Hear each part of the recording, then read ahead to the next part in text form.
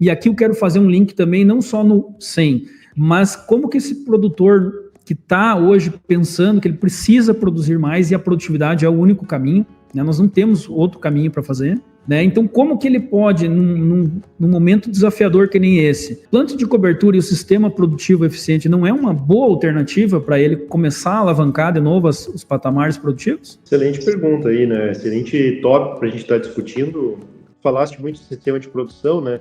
Eu considero o sistema de produção o número 1 das estratégias, né? Então, para tu dar o pontapé inicial, é que nem eu comentei lá atrás, né? Tu tem que conhecer qual é o sistema de produção. E até entender se tu está realmente com um sistema de produção que é adequado para o potencial produtivo do ambiente que tu está. Né? De repente, tu pode estar fazendo algumas modificações. Tu está achando que tu está num sistema de produção que tu definiu que está adequado e tu poderia estar dando um passo para trás e indo para outro, ou vice-versa, né? Tudo depende do potencial. A questão de plantas de cobertura, de plantas de serviços, é assim a forma mais prática de você iniciar e construir quando tu está começando do zero. Por quê? Porque normalmente tu tem problemas, áreas que estão começando, elas têm um problema de qualidade física, química e biológica. Então tu tem que restartar o processo. Então tu vai ter que fazer lá correções, tu vai ter que ter tempo. São áreas que provavelmente devem ter problemas com plantas daninhas. Então tu não pode, assim, a gente fala muito do sistema colhe-planta, esse é o mundo ideal. Mas vamos pensar o seguinte, eu estou num cenário que eu termino da colheita da soja, eu tenho poaia, eu tenho capim amargoso, tenho capim pé de galinha, né? Tenho rebrote de bulbo, caruru. Então o que acontece? Tu vai fazer um colhe-planta, vai ter problema. Aí tu tá fazendo. Então não adianta, tu vai ter que colher, fazer uma boa dessecação, fazer uma sequencial e fazer a implantação daquela planta de cobertura. E aí escolher. Aí é um ponto que as pessoas têm que entender. Bom, a gente está indo no Brasil com mais de 50 anos do sistema plantio direto. O Brasil, ele foi comemorado 50 anos em 2022, né, do plantio direto no Brasil. Então, assim, o que eu gosto de trazer de reflexão. Imagine, Felipe, você está na sua propriedade, uma área que você acompanha, há 30 anos praticando plantio na palha.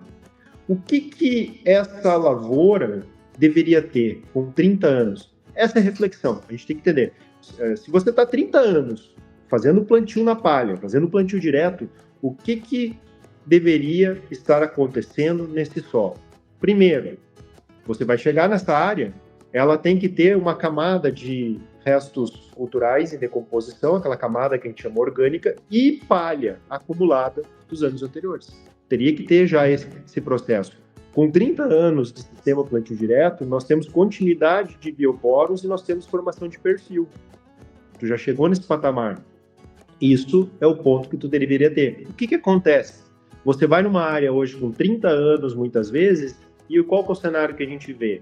Praticamente solo, tu não vê restos culturais de outras safras, você não vê formação de matéria orgânica, visivelmente você pega numa coleta de solo, você vê que o solo está degradado, ele está compactado. Então o que acontece? Tu tem que reestruturar, tu tem que recomeçar. E aí onde que eu quero chegar ao ponto? Quando você recomeça, eu tenho que ter um cuidado. Né? Eu gosto muito, por exemplo, de ervilhaca, uma consorciação de aveia, centeio com ervilhaca.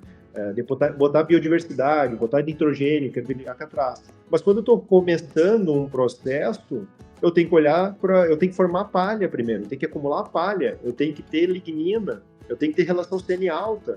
Aí eu vou olhar, de repente, para um centeio, para uma aveia de ciclo longo, para fazer esse processo, para começar. Aí no ano seguinte, eu começo sim, no seguinte, ou lá no terceiro, a diversificar, a aportar nitrogênio, a diversificar espécies e raízes, né? Mas eu tenho que ter um princípio e um começo. Agora, um outro cenário, às vezes tu vai começar, tu não vai fazer em área total, tu tem que ter alguma questão econômica, fazer renda, você tem algumas gramíneas que vão te dar isso aí, te trazendo renda.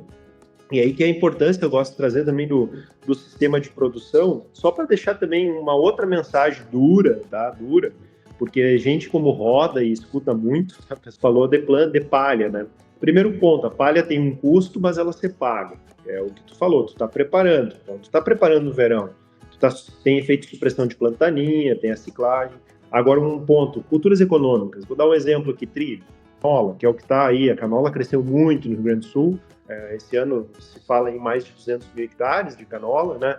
Bom, o que eu quero dizer sobre essas duas culturas? Pessoal, um erro que se comete quando olha sistema de produção é acreditar que o inverno vai salvar o verão. Aí isso a gente tem que ter um cuidado. O inverno ele é extremamente importante e toda propriedade precisa diversificar culturas. Mas tu não pode colocar na conta, achar que o inverno vai salvar e pagar todas as contas do verão. Isso é um erro. E isso que faz com que a oscilação diária de inverno ela fique mudando e traga as frustrações. São culturas fundamentais, têm um papel importante dentro do sistema de produtivo, mas elas agregam. Tu não pode pensar que um inverno vai salvar toda uma frustração de verão. E é um ponto que eu gosto de trazer de reflexão, olhando o cenário das últimas 5 safras. A gente olha muito o inverno no Rio Grande do Sul, mas nas últimas 5 safras, praticamente a gente tem só a safra 2021 que foi consistente de produção de soja, porque 23, 24 foi um El Niño que era para ter sido muito bom, metade sul, 30%, 40% das áreas não colheu por excesso de chuva. Então não foi uma safra boa para o Rio Grande do Sul. Então, de 5, são 4 muito ruins. Né? De 5 safras de inverno, quais foram ruins? Foi ano passado, foi uma neutralidade, mas não foi horrível, ela foi dentro da média. O pessoal botou um peso muito grande no inverno porque ele não ajudou no verão, ponto, mas não foi horrível. A 23 foi um El Niño, mas também, mesmo com o El Niño, não foi uma safra, ela não deu rentabilidade, mas ela não foi horrível. Tu meio que ficou empatado, só que o inverno, quando empata, tem o manejo de planta daninha, a palha que deixa, prepara, sistema. É isso que é um olhar que a gente tem que... Aí nos outros 3 anos foi economicamente muito viável. Então é isso que a gente tem que entender. Não dá para olhar como uma salvação, mas ela sempre está agregando. Assim como a palha. A palha, se você olhar só para o custo dela, a palha tem um papel fundamental dentro desse giro na propriedade. Tem um custo, sim, mas ele se dilui quando a gente olha o sistema de produção.